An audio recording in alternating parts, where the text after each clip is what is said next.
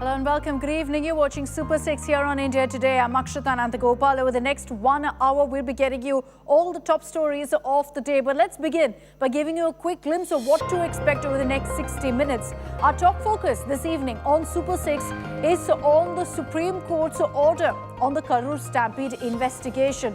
As requested in a bunch of petitions, the case is now being transferred to the CBI. We're going to decode for you exactly what the Supreme Court had to say, because the top court also pulled up the Madras High Court for its previous order in this matter.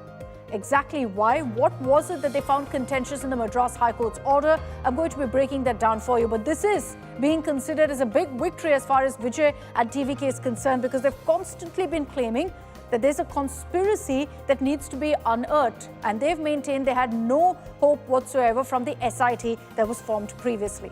So we will be getting you all the details on that important ruling from the Supreme Court, but also coming your way at 6:30 this evening is by far the biggest story of the day.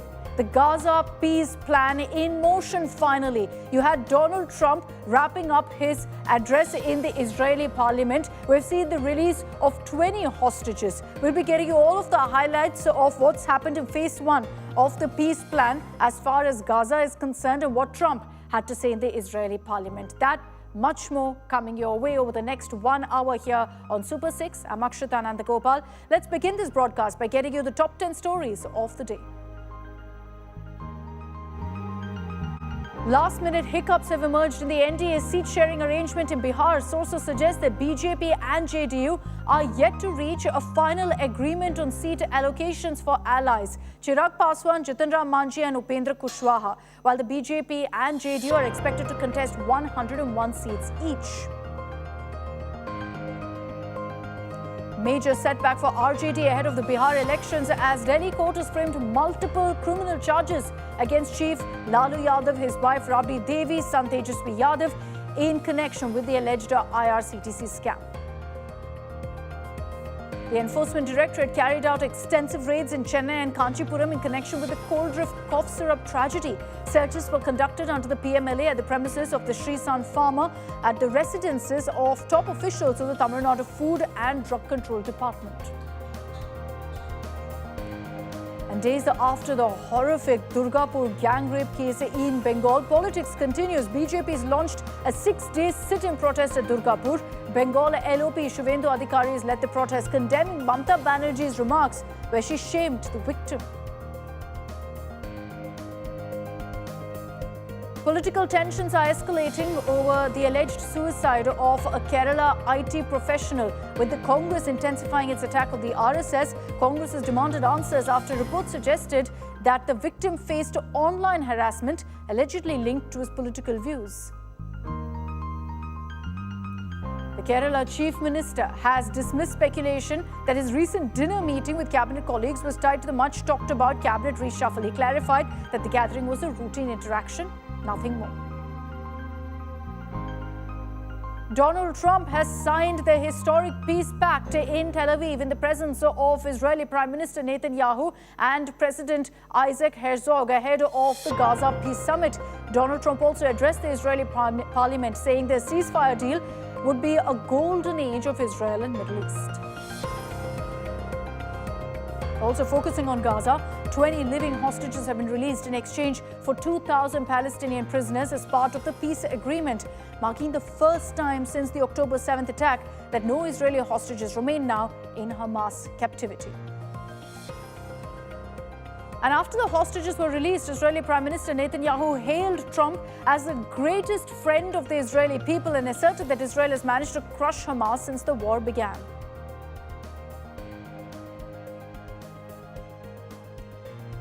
And the bitterness from the Trudeau era is gone and forgotten. Prime Minister Modi meets Canada's Indian origin Foreign Minister Anita Anand. They held wide-ranging talks on trade, technology and people-to-people contacts.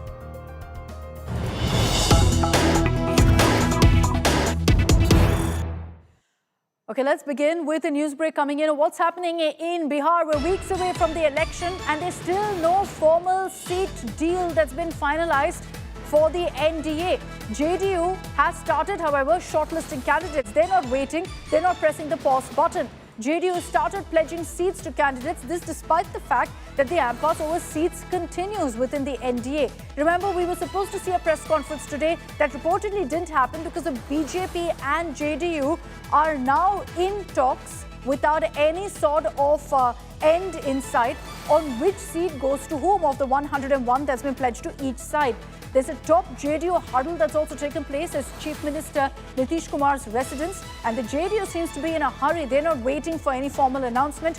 What we're hearing from our sources is that there are many who are being told and communicated that they're getting a ticket in their respective seats. This despite the fact that there's no formal seat sharing deal that's been confirmed just yet. And the BJP and JDU are yet to figure out exactly who gets which seat. How many is done, but which seat is something that the fight continues over. Rohit Singh is joining us from Patna with more details. So on this, Rohit, the mind games clearly continuing with JDU saying, look, we're not going to wait for any sort of finalization. We're going ahead with the formula that we wanted.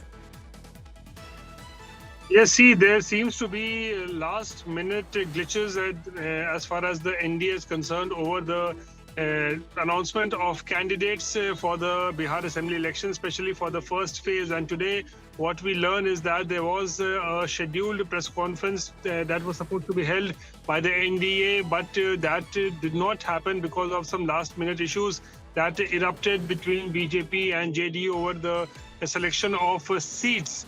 And that is why we are seeing that it's already 13th of October today. 4 days have already passed, and still no party, whether it's the NDA or the Mahagathbandhan, has officially declared their candidates. And that is why we are seeing that those candidates who will be getting ticket, whose names are almost confirmed, they have started getting symbols from their respective parties. Like if in JDU, we saw that few candidates whose tickets have not been cut, and it's for sure that they will be contesting elections again. So Nitish Kumar has handed over symbol to a few of them. So we are seeing that without an official announcement being made by either party, BJP, JDU, or any other alliance partners, that right. Because the time is very short, that symbols have started getting distributed.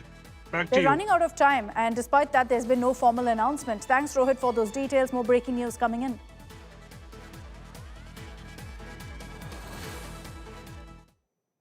And clearly, there's an all-out fight in the Lalu Parivar as well. Lalu's son, Tej Pratap, has confirmed that he's going to be fighting from the Mahua seat. This comes after a very public spat within the family, leading to Tej Pratap exiting the RJD, and he's going to be contesting on the Jan Shakti Janata Dal ticket. That's his party. So he is going to be fighting from Mahua seat, which is his stronghold. No surprises there. But what this essentially cements is the fact that there is an all-out tussle between the two brothers, or within the Lalu family for that matter. Remember, Tej Pratap was removed from the RJD, but he made it very clear that he's not going to back down and said he will be contesting the elections. True to his word, the announcement has been made that Tej Pratap now will be fighting from the Mahua seat.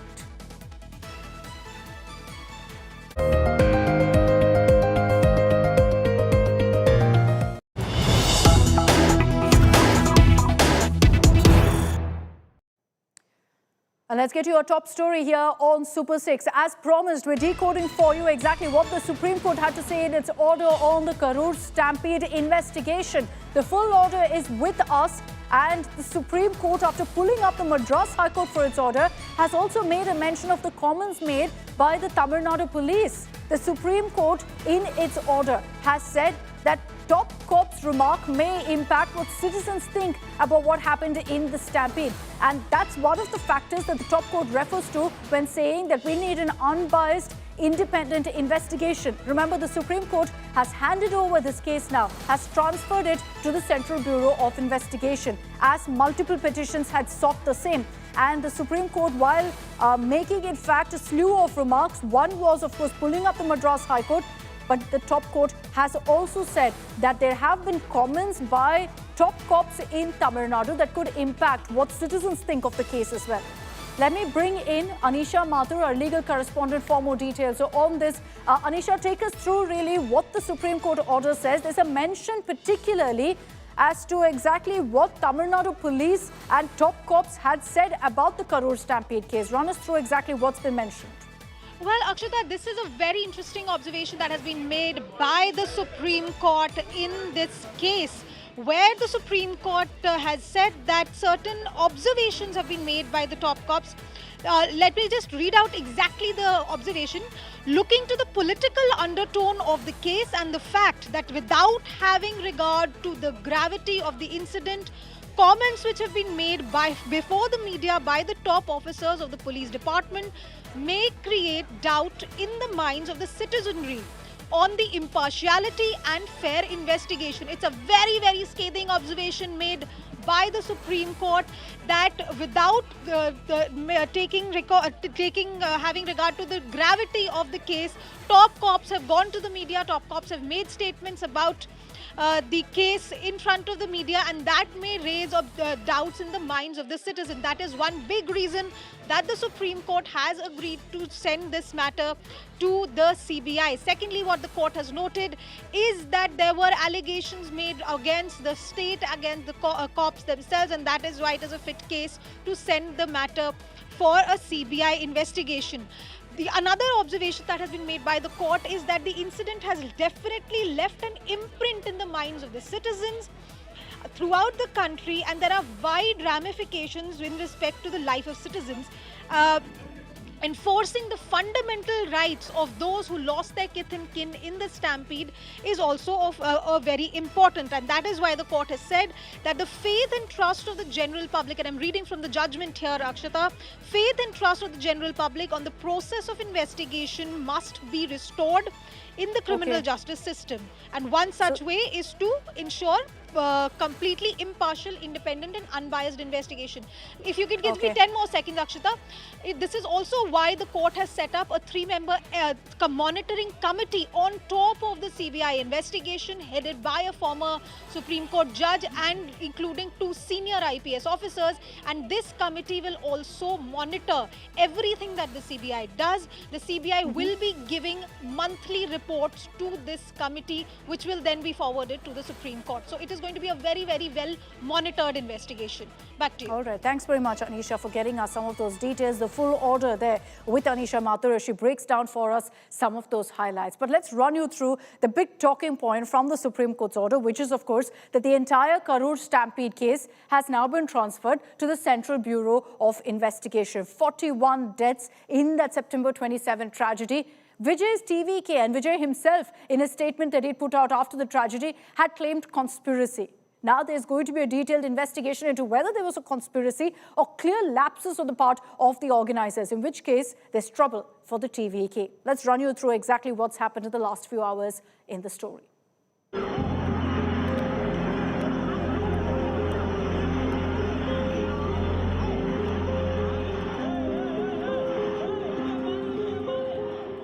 Supreme win for the TVK in the Karur stampede investigation. After crying conspiracy, the TVK's plea for a CBI probe resulted in the Supreme Court transferring the case from the SIT to the CBI. Chennai உயர்நீதிமன்ற நீதிபதி அவர்கள் நியூட்ரலா இருக்குமா, டிரான்ஸ்பரன்சியா இருக்குமான்னு தெரியாது, வெளிப்படை தன்மையா இருக்குமான்னு தெரியாது. ஏன்னா அந்த உயர்நீதிமன்ற நீதிபதி அவர்கள் கடுமையாக தமிழக வெற்றி கழகத்தை நாங்க தான் தப்பு செஞ்ச மாதிரி ஆல்ரெடி அவர் ஒரு பதிவு பண்ணிட்டார். The Supreme Court also constituted a 3-member supervisory committee to monitor and review the CBI investigations. The committee will be headed by former Supreme Court Judge Justice Ajay Rastogi and will include 2 senior IPS officers, preferably from the Tamil Nadu cadre but not residing in the state. The Supreme Court in its order was also critical of the Madras High Court. The court taking very serious exception to the observations made by the Madras High Court and the listing of these cases itself before the 2 separate benches of the Madurai and Chennai benches of the High Court. The Supreme Court asking very clearly how exactly was this process followed by the High Court and why such comments about the TVK leaders and others were made. The Supreme Court ruling sparked a political fight as the DMK hit out the TVK for seeking a CBI probe. What immediately when our chief minister knew about the death of 41 people, he immediately did all things which is in his powers. The people against whom the charges are made had gone to Supreme Court and sought CBI investigation. They are politicizing the issue they want to hide the issue. Only a few months back, the Tamil Nadu government has asked CBI to inquire into Ajit Kumar custodial case. Few months later, when 41 people have died in Karur, why is he preventing CBI from not entering into Karur's stampede case and investigate? It only shows the double standards of DMK government and Chief Minister Stalin ji. With the CBI now set to take over the investigations, all eyes will be on the conspiracy charge leveled by the TVK, led by Vijay himself.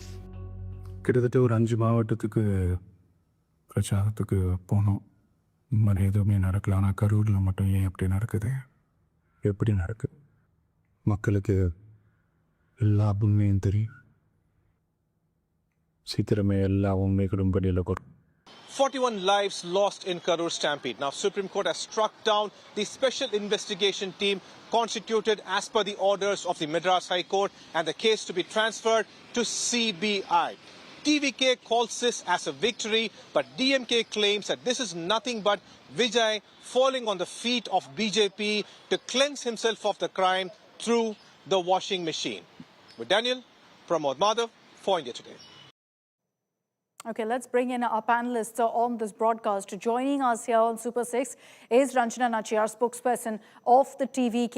We've got KV Dhananjay, advocate of the Supreme Court, who will be with us in just a bit. Mr. Kovai Satyan, spokesperson of the Aiadmk, and Harish Mohammed Ibrahim, DMK backer, supporter, is with us on this broadcast. Vanakkam, good evening to all of you. I'd like to begin with you, Harish Mohammed Ibrahim, on how really the DMK and DMK backers right now view what's happening, because many are deeming this as a setback. The fact that the Supreme Court has not just transferred this case to the CBI, but has also pulled up the manner in which the Madras High Court delivered its verdict, the manner in which Tamil Nadu police spoke about this case. Akshita, this shouldn't be viewed as a setback for the Tamil Nadu state government, because it is a complete judiciary process which the High Court order has been reversed by the Supreme Court. So as a government, we don't have any setback on this. Having said that, how does this petition be filed in front of the Supreme Court seeking a CBI inquiry is what the question to be here, because there has been a perjury which has been established by the tribe's channel, by the local functionary of ADMK and the TVK, by forging the certificate, by forging the affidavit in front of Supreme Court. They seek for a CBI. So it is an interim order, and once the days goes by and these kind of perjury is being established in the Supreme Court by the DMK lawyer, it will be rolled out and make sure the ADMK and the TVK will be under 420 case, because the perjury happened by a false affidavit which has been filed in behalf of TVK by the ADMK local No, functionary. what you're talking about, Harish, is yet to be established, yes? No, it has been established by the local channel called Tribe News by Mr. Karigalan and by his local reporter, Mr. Aravind. So it has been on the rounds from yesterday. So once these video evidences have been proven beyond doubt in Supreme Court on the further proceedings, both the TVK functionaries and the ADMK functionaries for the 420 charges, they will have mistreated the Supreme Court, Honorable Supreme Court. So having said that, the CBI inquiry, we shouldn't have any Harish, we're second jumping say the at gun all. here. I think we're jumping the gun. Yes, I know there was No, a mention Akshita. of it made in the No. Supreme Court. I know there's been a mention made of it in the Supreme Court, but there's no clarity as to where these affidavits came from. I'll give an opportunity to Mr. Kovai Satyan to respond to that particular charge before I bring in Mr. Dhananjay and also Ranjana. But Mr. Kovai Satyan, go ahead. The DMK claiming that, all of these petitions have been manufactured by the AIADMK and TVK. If you read the 22 pages of the verdict judgment from the Supreme Court, many things will come clear. Till such time, the DMK and their ecosystem can continue to peddle lies that can suit their convenience. Prabhakaran, who is a ADMK functionary, is being clearly defined as a person with an interest with respect to the public. He never claimed himself to be a victim or a member related to the victim's family, like how DMK ecosystem is peddling that he has forged the documents. That's not the case. The truth and the evidences are put out in the Twitter handle of AIADMK. Anybody can go and verify it. But this is a slap on the face of DMK. having tried to set a narrative that all was right with the DMK and it is the fault of TVK and their cadres which costed the precious lives of 41 people. It's yet another classic example of the incompetence of this government and government machinery failed to ensure that or safeguard the lives of the innocent people. At least now we can hope that justice will be delivered to them. The one-man commission is being removed by the Supreme Court. It is no more valid. Why? Because this government was in a hurry to announce the one-woman commission, but didn't pass a GO nor gave a terms of reference to it. So it is void. It has no powers. It is only on a paper that there is a one-woman commission constituted.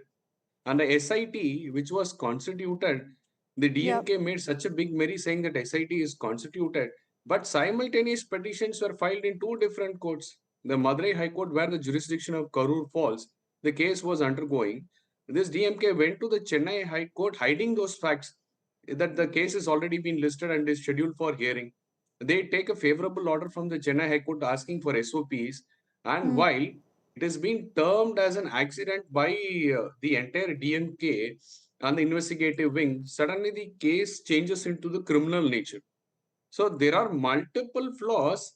The hurriedness and the way DMK and the government acted raised a lot of suspicion, not only on the people in the lines of bureaucracy or the law or the judiciary, with respect, even a common man in Tamil Nadu has started questioning why there is such a hurry, why there is I'll such a talk pressure about and what you're attention on the referring to, DMK. Mr. Kovai Satyan, some of what the Supreme Court also raised, but I just want to refer to the news break that's coming in, which we're putting out on our screens, is that there's been a post that's been put out by TVK chief Vijay on social media platform X, where essentially he said, justice will prevail. The TVK is viewing this as a victory of sorts. The fact that the Supreme Court has now ordered for a CBI investigation, and about that also a committee of sorts that will look into how the investigation is moving forward. I'll bring in Ranjana Nachiyar on this. Ranjana, you've got a comment that's come in, of course, from your boss, from TVK chief Vijay, when, of course, he says that justice will prevail. Yes, the TVK believes that this is one step closer to justice in your sense. But at the end of the day, you know, the challenge that you've put forth, that this is a conspiracy that's yet to be proved. This is the first step towards a fair investigation. Yeah. Today, the Supreme Court's order is not a political win. Actually, it's a vindication of the principle that justice must be blind, fair, and also free of influence.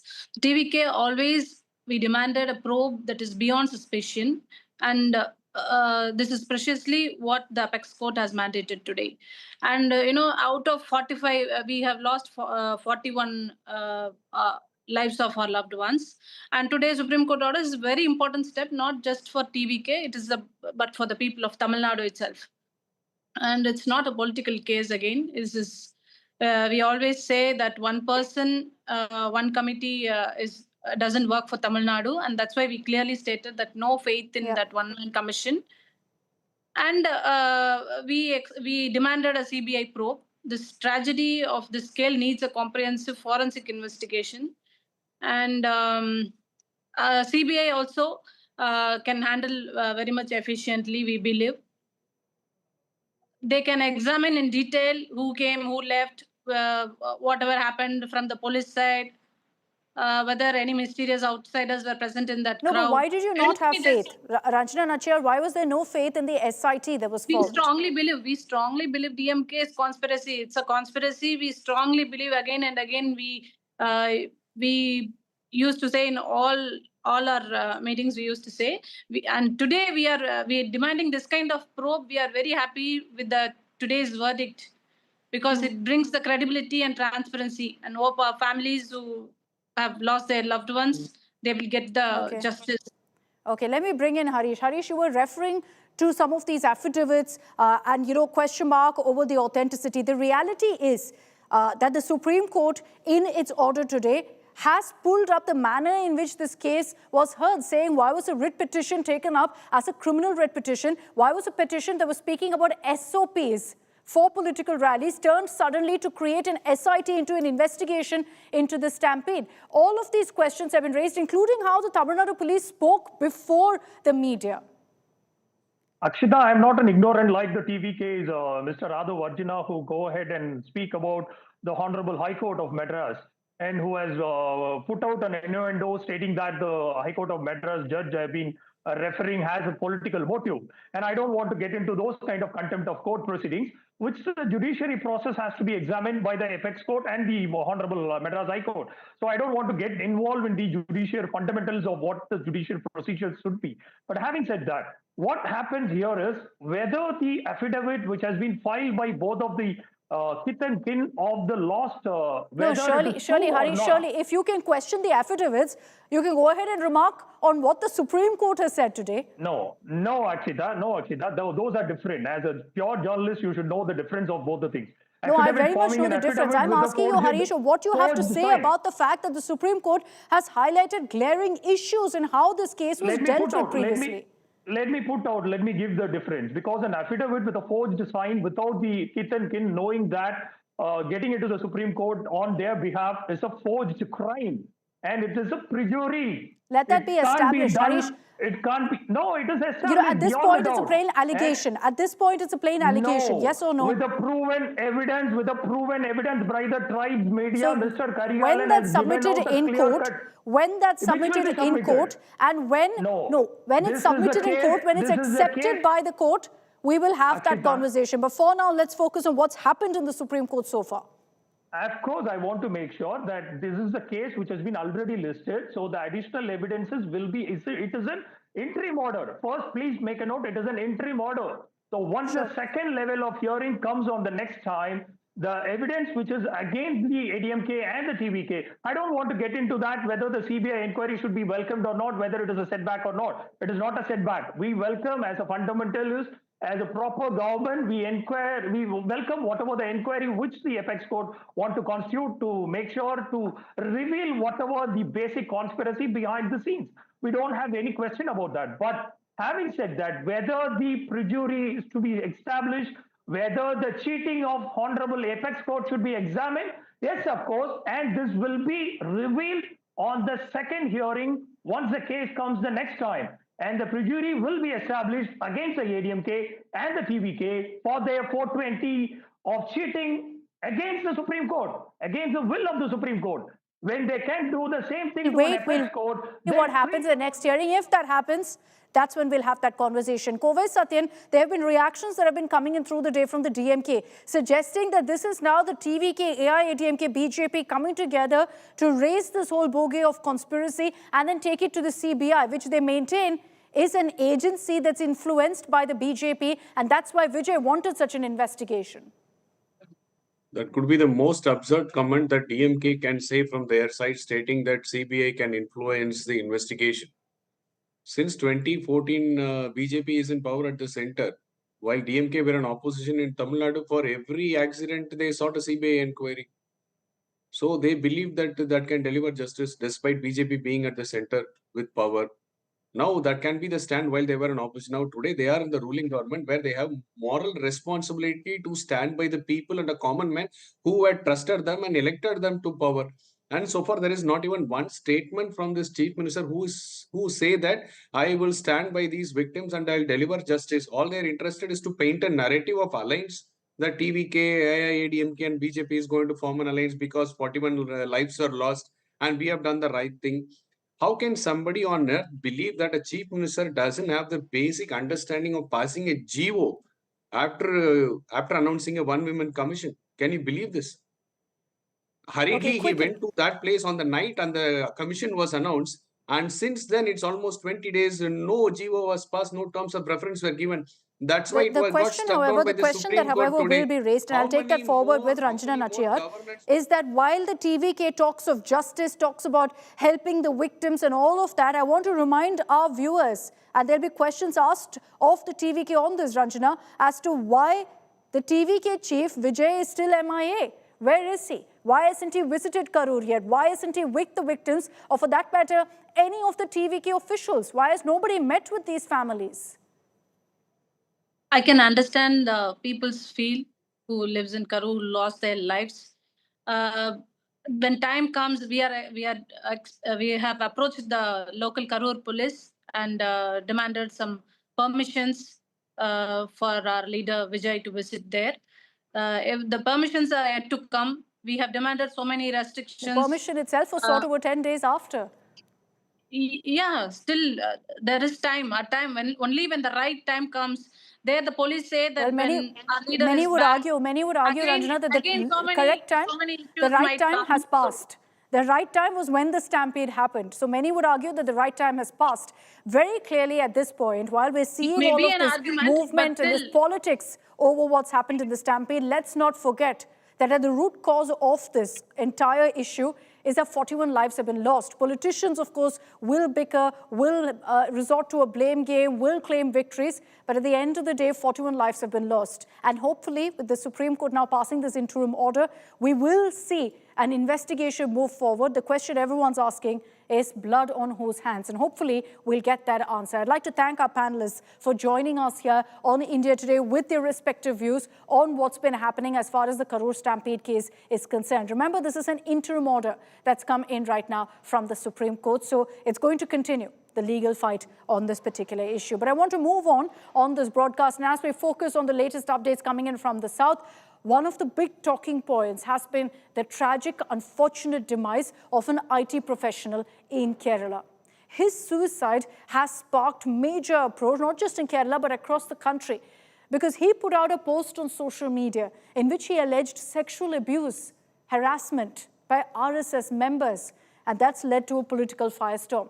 Now, after this particular post by Anandu Aji also went viral, the Kerala BJP president has assured a thorough investigation, has said that there will be a likely complaint also filed. RSS, however, has demanded for verification of the authenticity of his Instagram account. They've said that there must be a detailed investigation into when this post was put out on social media versus when he unfortunately took his own life, because they're saying the timelines don't add up. There is no link whatsoever. But that's something that the investigation only can establish. At the heart of it is that a 26-year-old has lost his life, a software engineer from Kerala. He was found dead in a hotel room in Thiruvananthapuram. Anandu claimed that he reportedly suffered severe mental distress following repeated sexual abuse by members of the RSS. So the Congress has demanded that there be a statement from the RSS on this, that they cannot remain silent on this. And they've also questioned why the RSS hasn't been named in the FIR. I have read the same reports that you have read, and it is clear to me that the Parivar, the RSS, is going to issue a statement today. I understand from the RSS that they are also demanding an investigation. It is their view and it is their information that has been conveyed to me that they believe there is a very, very deep conspiracy to defame the RSS that is behind it, and that they will issue a clear statement on this issue very, very soon. I don't have to say anything more than what I have said. It is something that the Sangh has already said, that they believe it is a conspiracy. The person was not well, and therefore they are going to issue a statement, and we'll wait for the statement. चिंता की बात यह है कि वो अपने suicide note में ये लिख कर गए कि ऐसा तमाम बच्चों के साथ होता है जो उन शाखाओं में जाते हैं, तमाम छोटे लड़कों के साथ होता है। ये एक बेहद गंभीर आरोप है और इस पर आरएसएस चुप नहीं रह सकता है। जब आरएसएस का नाम नरेंद्र मोदी जी लाल किले की प्राचीर से लेते हैं, तो आज आरएसएस की लीडरशिप को खुलकर सामने आकर इन आरोपों का खंडन करना पड़ेगा या माफी मांगनी पड़ेगी। ये यौन उत्पीड़न के आरोप है, ये बलात्कार के आरोप है, ये छोटी मोटी बात नहीं है। और ये आरोप इसलिए भी ज्यादा चिंताजनक है क्योंकि ये कहते हैं ऐसा तमाम बच्चों के साथ अभी भी हो रहा है।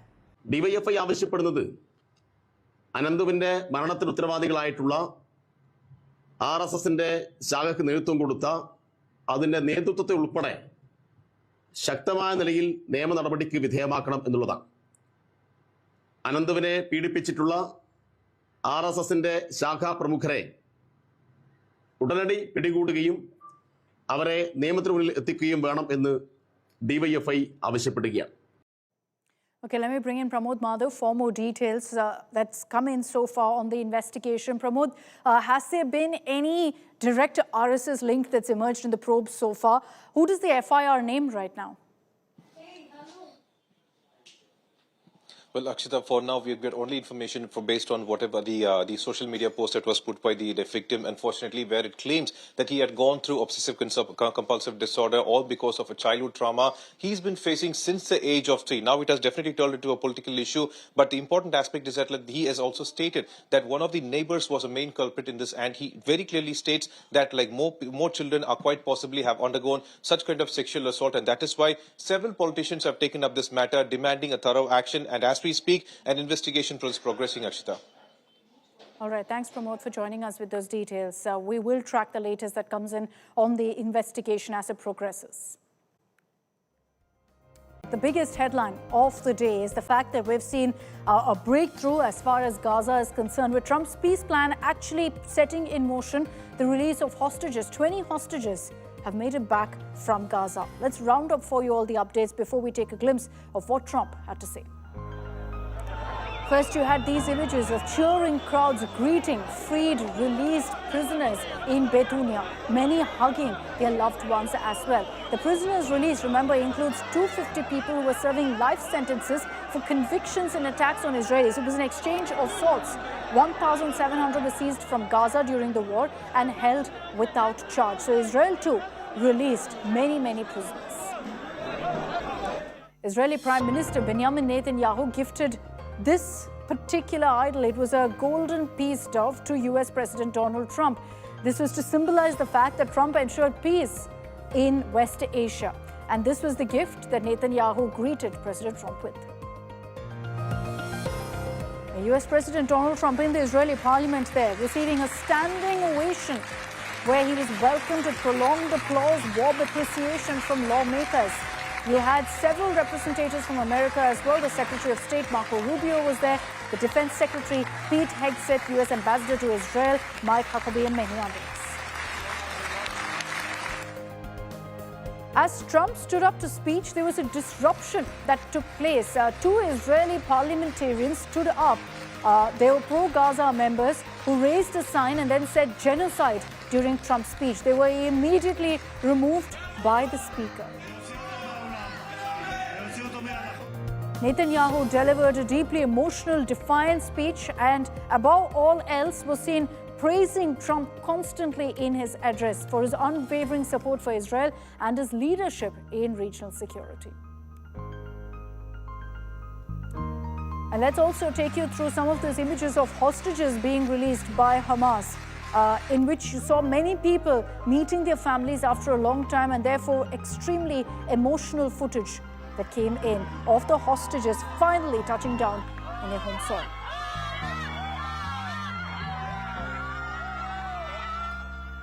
And some of the released Israeli hostages also first touched down at a medical center. They were released by Hamas as part of that ceasefire agreement. All of them beaming, smiling, waving as they were waiting to meet with their family members. So let's get you some of the highlights from what happened in the Israeli parliament. We'll play out for you what, in fact, US President Donald Trump had to say in his over 1 hour, nearly 90-minute long speech that he gave in the Israeli parliament. Listen in to some of those highlights. Harrowing years in darkness and captivity. 20 courageous hostages are returning to the glorious embrace of their families, and it is glorious. 28 more precious loved ones are coming home at last to rest in this sacred soil for all of time. This is not only the end of a war, this is the end of an age of terror and death and the beginning of the age of faith and hope and of God. It's the start of a grand concord and lasting harmony for Israel and all the nations of what will soon be a truly magnificent region. I believe that so strongly. This is the historic dawn of a new Middle East. I want to express my gratitude to a man of exceptional courage and patriotism, whose partnership did so much to make this momentous day possible. You know who I'm talking about. There's only one, Prime Minister Benjamin Netanyahu. So this long and difficult war has now ended. You know, some people say 3,000 years, some people say 500 years, whatever it is. It's the granddaddy of them all. And in an unprecedented achievement, virtually the entire region has endorsed the plan that Gaza will be immediately demilitarized, that Hamas will be disarmed, and Israel's security will no longer be threatened in any way, shape, or form. The world is loving Israel again, and I said to people, you know, the world is big and it's strong.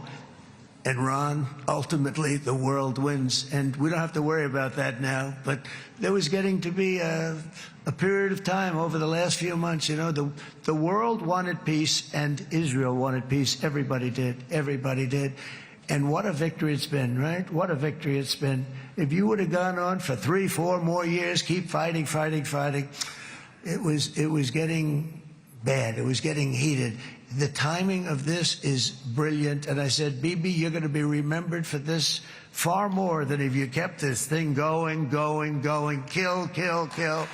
It would be it would not be the same. And I just want to congratulate you for having the courage to say, that's it, we've won. And now let's enjoy our lives and let's rebuild Israel and make it stronger and bigger and better than it's ever been before. Donald Trump is the greatest friend that the state of Israel has ever had in the White House. No American president has ever done more for Israel. And as I said in Washington, it ain't even close. It's really not a match. At the beginning of the war, I promised to bring all the hostages home. Today, with the indispensable help, the determined and focused help, the unremitting help of President Trump and his team, and with the incredible sacrifice and courage of the soldiers of Israel, we are fulfilling that promise. Israel achieved amazing victories over Hamas and the entire Iran terror axis. Sinwar, Dev, Hania, Nasrallah, Assad, they're all gone.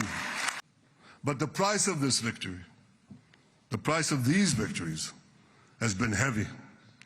Nearly 2,000 of Israel's finest were lost, nearly half in battle.